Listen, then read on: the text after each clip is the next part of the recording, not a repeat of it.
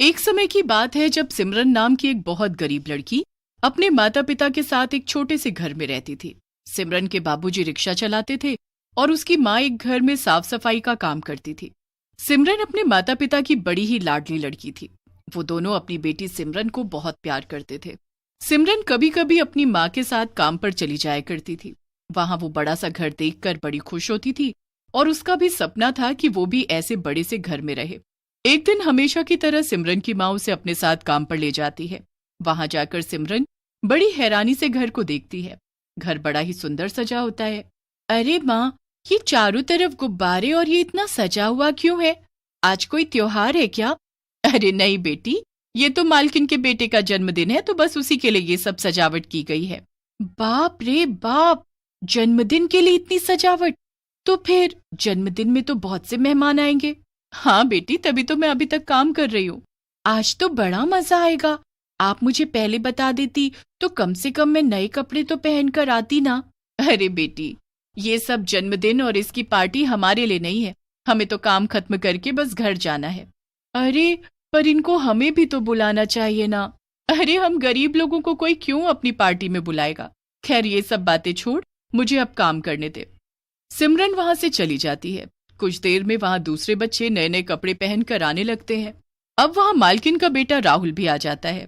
उसके लिए इतना सुंदर केक आता है और सिमरन दूर से ही खड़ी ये सब देख रही होती है।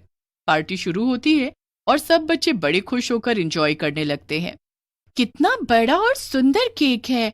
मेरे जन्मदिन पर तो आज तक केक नहीं कटा। अरे ए लड़की, तू वहां खड़ी क्या कर रही है? चल ये बचा हुआ केक उठा और रसोई में ले जाकर रख दे। जी मेम साहब।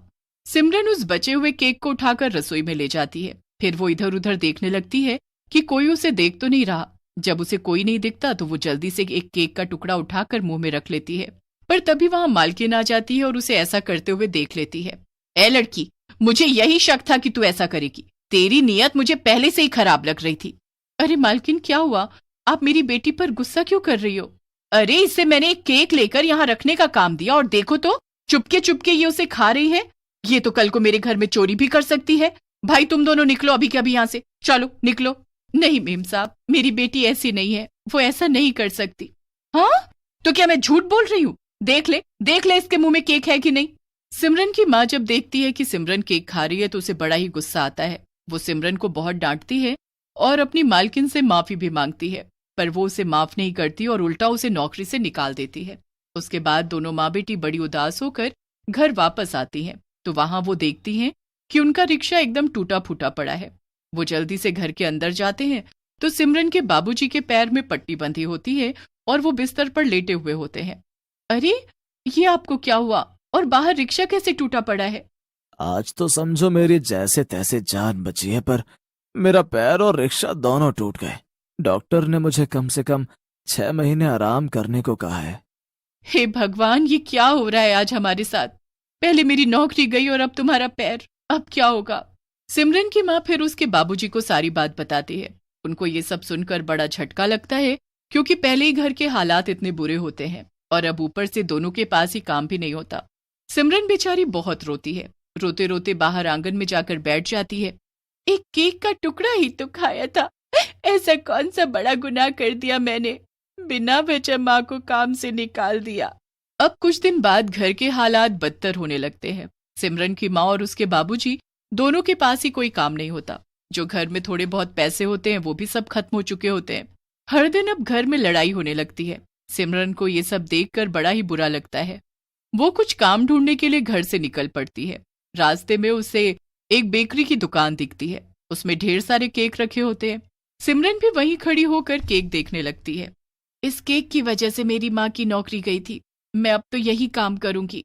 सिमरन दुकान पर जाती है। भैया, क्या यहाँ पर मेरे लायक कोई काम मिलेगा?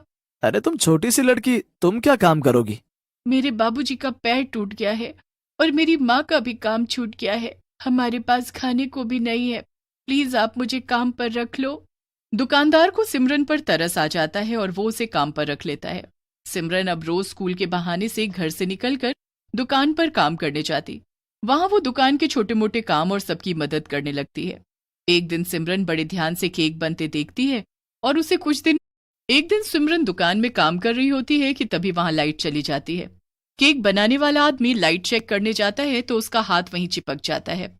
उसे देख सिमरन उसे बचाने जाती है तो वो भी वहीं चिपक जाती है। दोनों करंट लगने से वहीं तड़प तड़प कर मर जाते हैं। मरने के बाद सिमरन चुड़ैल बन जाती है। इस बात से दुकानदार को बहुत बड़ा धक्का लगता है और जब ये खबर सिमरन के घर तक पहुंचती है तो उसके माता पिता का भी बुरा हाल हो जाता है। सिमरन मरने के बाद भी इस बात पर यकीन नहीं कर पा रही होती। ये क्या हुआ मेरे साथ? मैं मर नहीं सकती। अरे अब मैं अपने माँ बाप की मदद कैसे करूंगी? चुड़ैल बच्ची बड़ी परेशान हो जाती है, पर फिर उसे एक तरकीब सोचती है और वो दुकान बंद होने के बाद दुकान में घुस जाती। कहाँ गया केक बनाने का सारा सामान? मैं फटाफट केक बनाती हूँ, बस किसी को पता न चले। चुड़ैल बच्ची रात के वक्त अंदर दुकान में केक बनाने लगती है। चुड़ैल बच्ची इतने सुंदर सुंदर केक बनाकर तैयार करती है कि ऐसे केक किसी दूसरी दुकान पर ना मिले।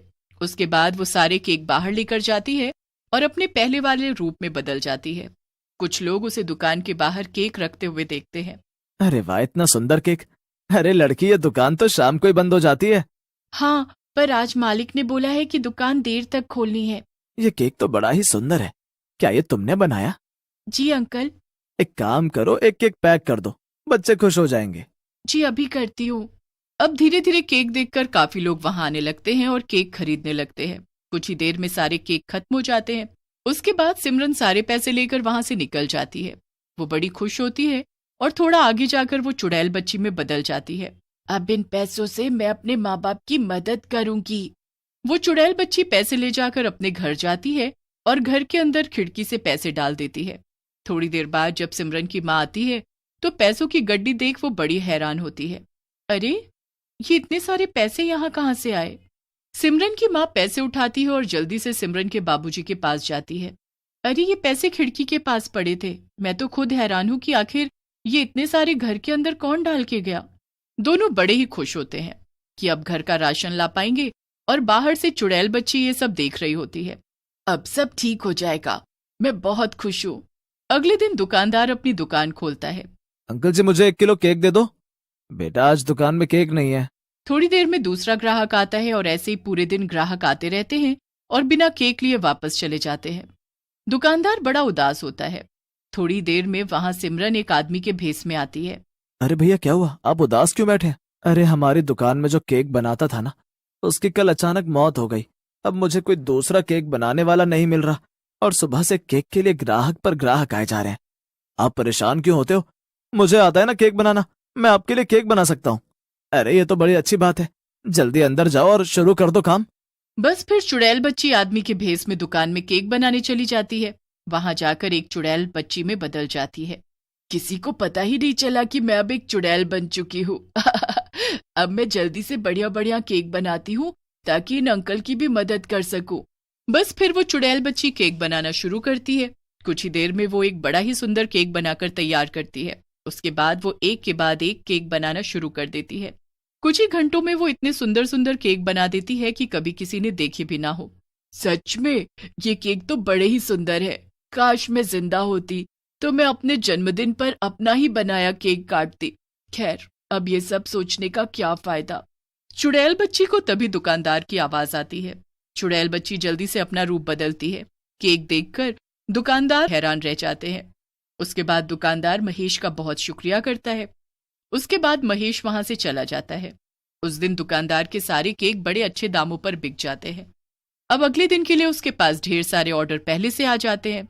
दुकानदार महेश के काम से बड़ा ही खुश होता है। वो खुश होकर उसे 500 रुपए देता है। महेश उन पैसों को लेकर वहां से चला जाता है। उसके बाद उसका रूप अपने आप बदल जाता है। अब तो जल्दी ही सब ठीक हो जाएगा।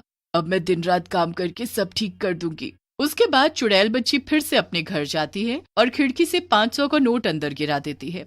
जब थोड़ी देर बाद सिमरन की माँ फिर से पैसे पड़े देखती है तो वो फिर बड़ी हैरान होती है। आखिर ये पैसे कहाँ से आ रहे हैं? बाहर खड़ी चुड़ैल बच्ची सब देख रही होती है और खुश भी हो रही होती है। कभी किसी को पता ही नहीं चलता कि दुकान में काम करने वाली और घर में पैसे रखकर जाने वाली सिमरन है। कुछ महीनों बाद सिमरन के बाबूजी भी ठीक हो जाते हैं और सब कुछ ठीक हो जाता है।